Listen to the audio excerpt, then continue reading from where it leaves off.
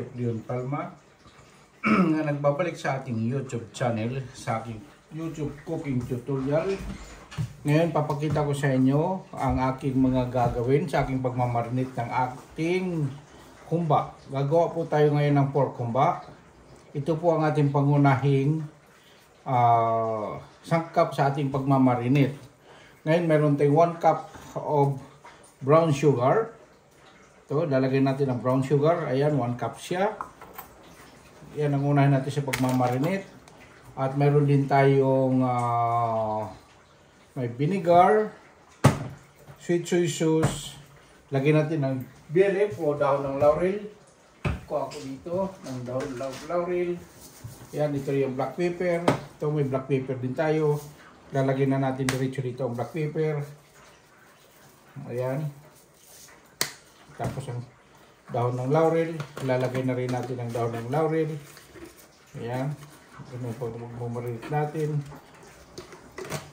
Ayan. At meron din tayo ng star anise.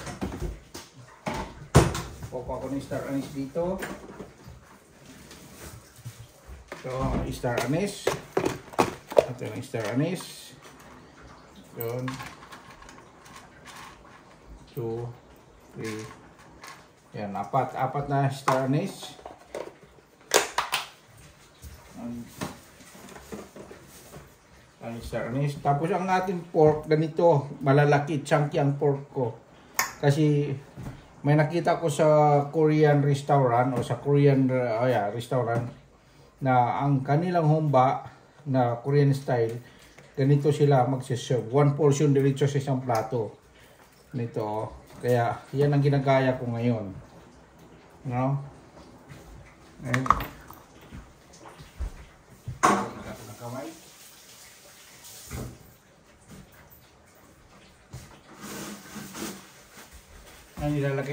Ilagay na natin ang ating ingredients. Mamarinate na natin to. Ito, may suka ako hanggang dito. Kadami.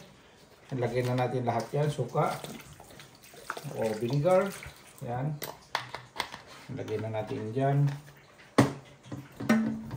Ito yung soy sauce.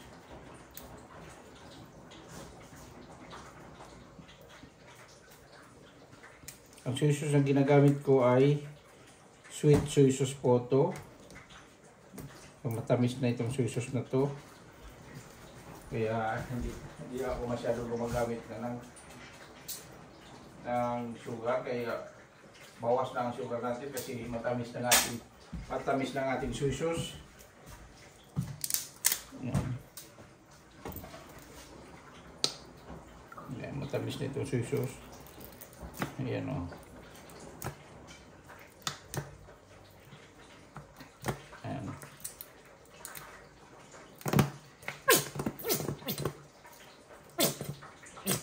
Ayan ang pagmamarinate natin. Ayan. Ang marinate natin. Papakita ko muna yung bago haluin yan.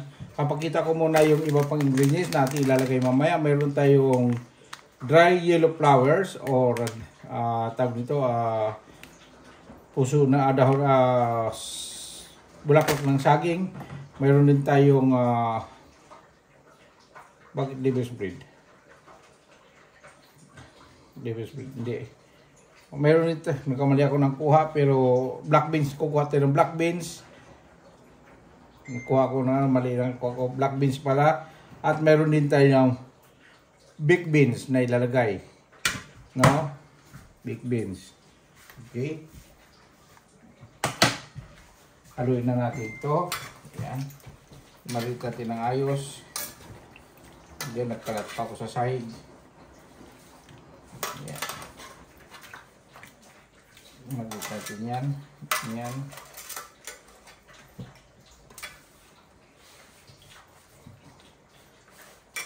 Ayan.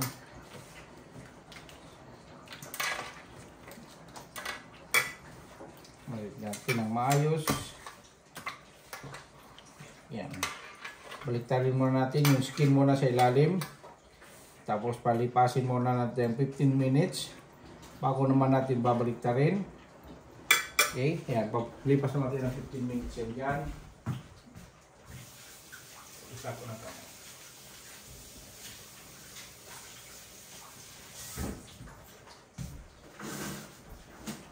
Ayan mo natin ng 15 minutes yan.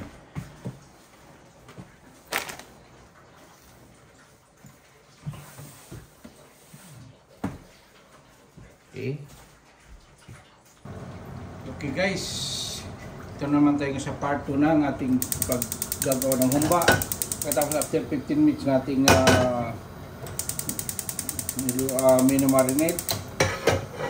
Ayan. Ito na ang next step. Lagyan natin ng mantika yung kabilang side. Lagyan natin mantika din dito. Ayan. At ipa-fried natin ang both side ng ating pork. Now, ipa-fried natin yan ang both side. Ayan, pinapainitan natin ang ating mantika. Dito naman sa kabilang side, mayroon akong onion. Ito naka-ready ng onion para dito sa kabilang side naman.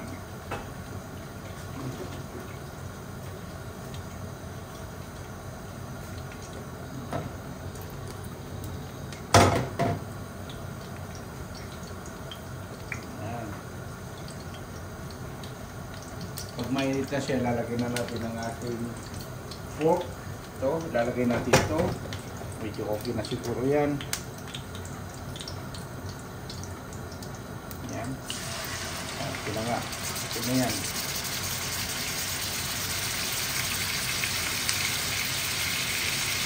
Ayan.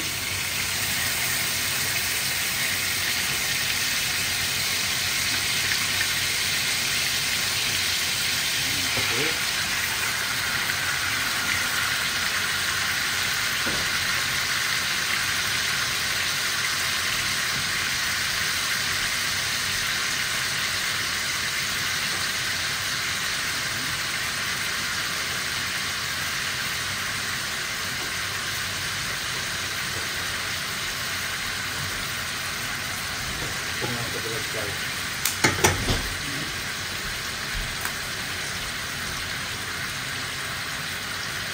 Tapos yung kabilang side,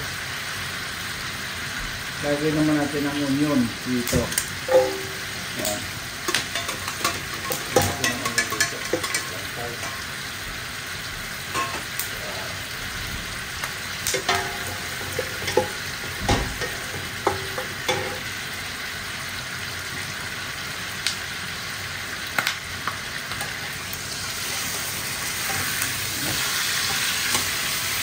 Balik-balik lang natin.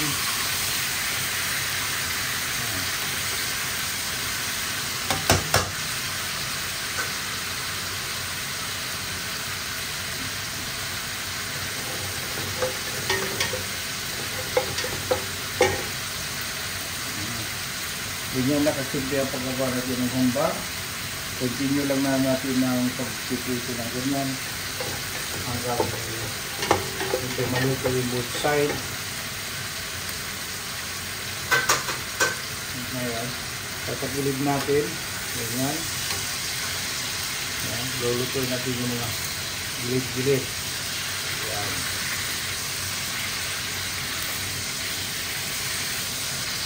Okay. Yan.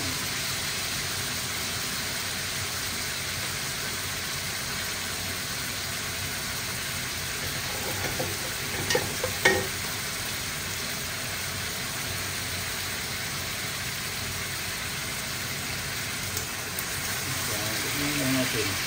Isultin natin.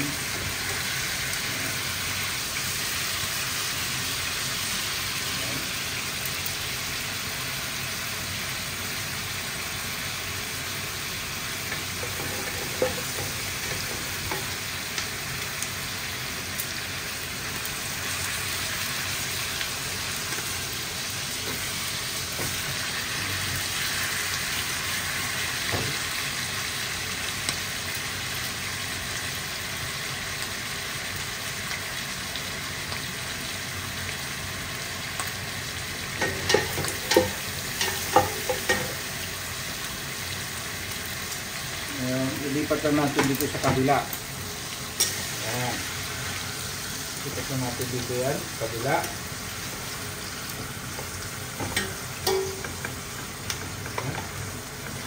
Ngayon naman, itong mga remaining natin, ilalagay na natin dito.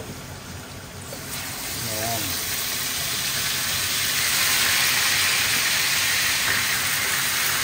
Okay. Ayan.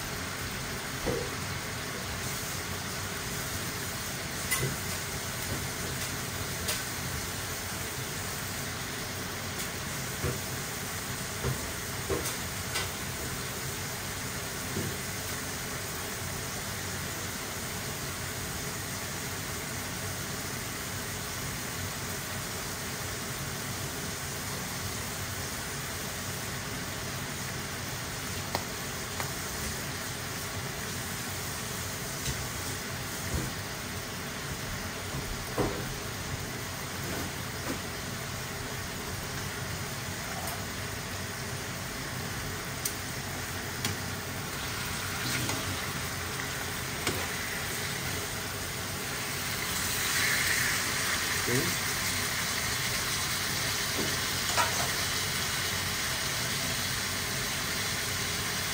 Continue lang natin ang sa both side, lahat ng side dapat mapiprito siya.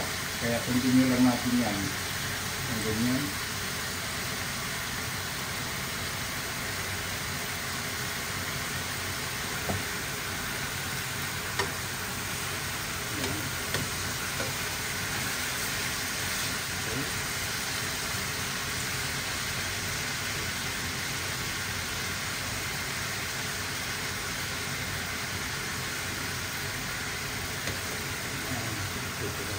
Yan.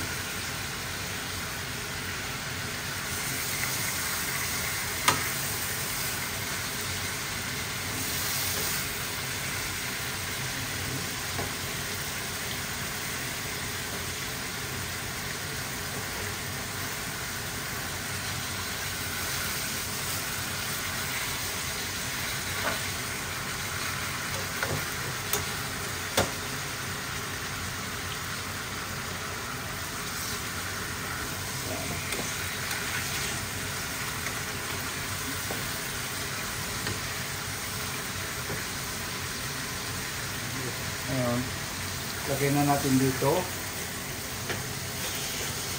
Left side.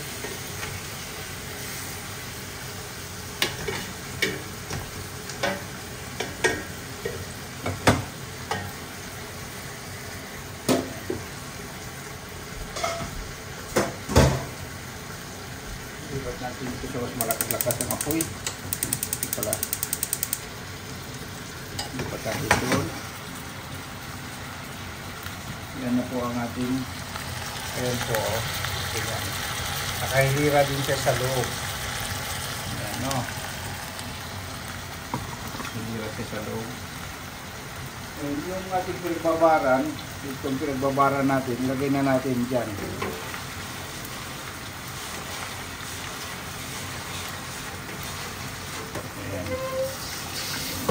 Okay.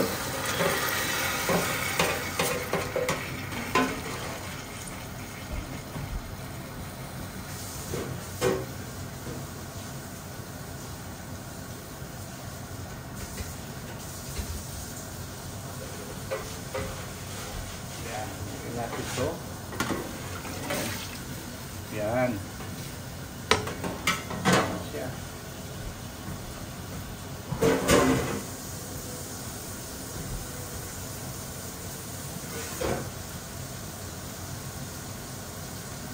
Yan ang ating humba. O yan.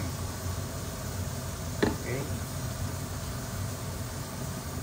Okay, ito na ang ating humba. Ayan po ang look-alike ng humba natin. Ayan o. Look-alike. Ngayon ilalagay na natin ang ating mga remaining ingredients. Ito, lalagay na natin ang ating dahon ng saging. Bulaklak ng saging. Ayan, lagay na natin. Pero hindi gano'ng marami. Dami niya kasi.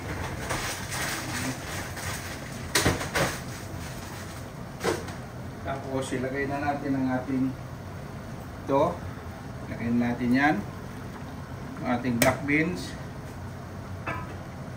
Lagay na rin natin ang big beans. Yan.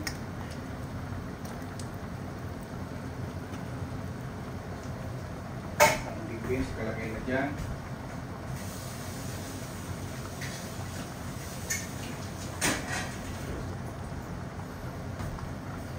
Yan. At ating i-kunting saan ba yung pangalawa ko. Ito. Yan, papagitan natin. Ayan o. Luwin natin ng konti para yung mga ingredients mapunta sa ilalim at mamimix ang ating big beans. Ayan. Tumagsik pa. Ayan. Yan ang lookalike. Ang ating humba. Ayan. Ang humba natin.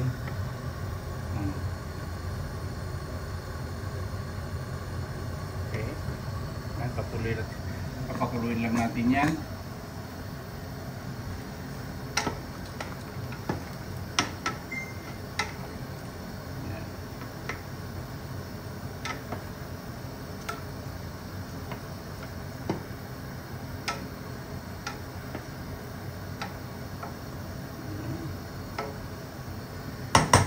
Ganda ng kulay niya, oh.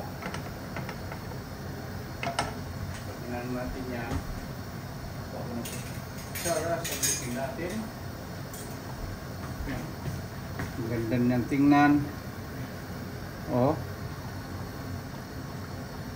Yan. Hintayin natin siyang lumapot pa. Ang kaunti. Yan. Putin natin. Yan.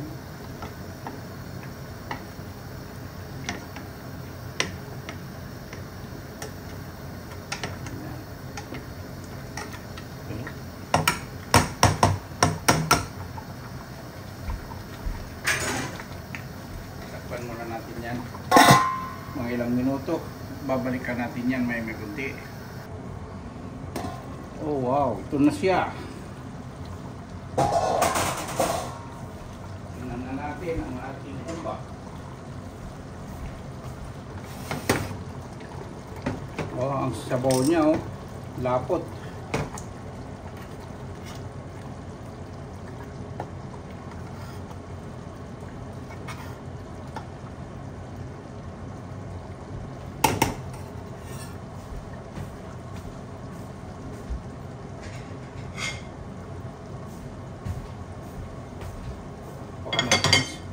Kuha natin isang sample ng humba ng ating isang piraso. Ayan. Okay, ayan ang humba natin, no? Ayan ang humba.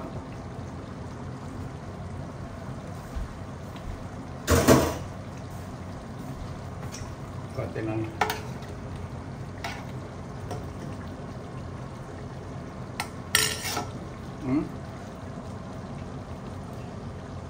Yan ang humba natin. Yan ang humba na natin. Napakaganda niya, no? Okay. Oh. Diba?